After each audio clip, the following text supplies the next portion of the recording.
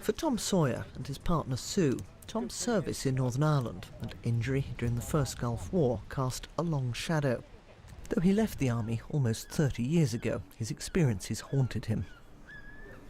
Because of what I see in Northern Ireland, which is now 28 years ago, I've kept it, subdued. But I started to, even in the army, I was turning up on parade in the morning, still drunk, my kit not pressed, and it just got worse and worse. And even when I got out of the army, my drinking was heavy.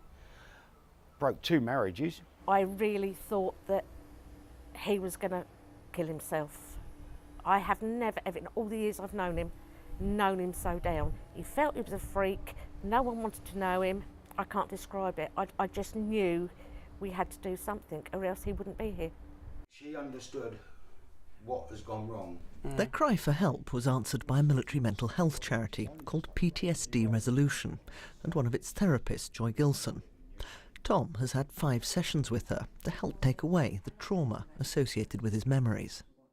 So he's gone from being deeply suicidal to feeling he wants to live, and he's beginning to start accessing proper life stuff again. He now wakes up in the morning with a sense of meaning and purpose, and he's got things he wants to do, he's got people he wants to see, he's beginning to go out shopping. He wouldn't leave his flat before, he wouldn't go anywhere near a supermarket. That's a huge difference.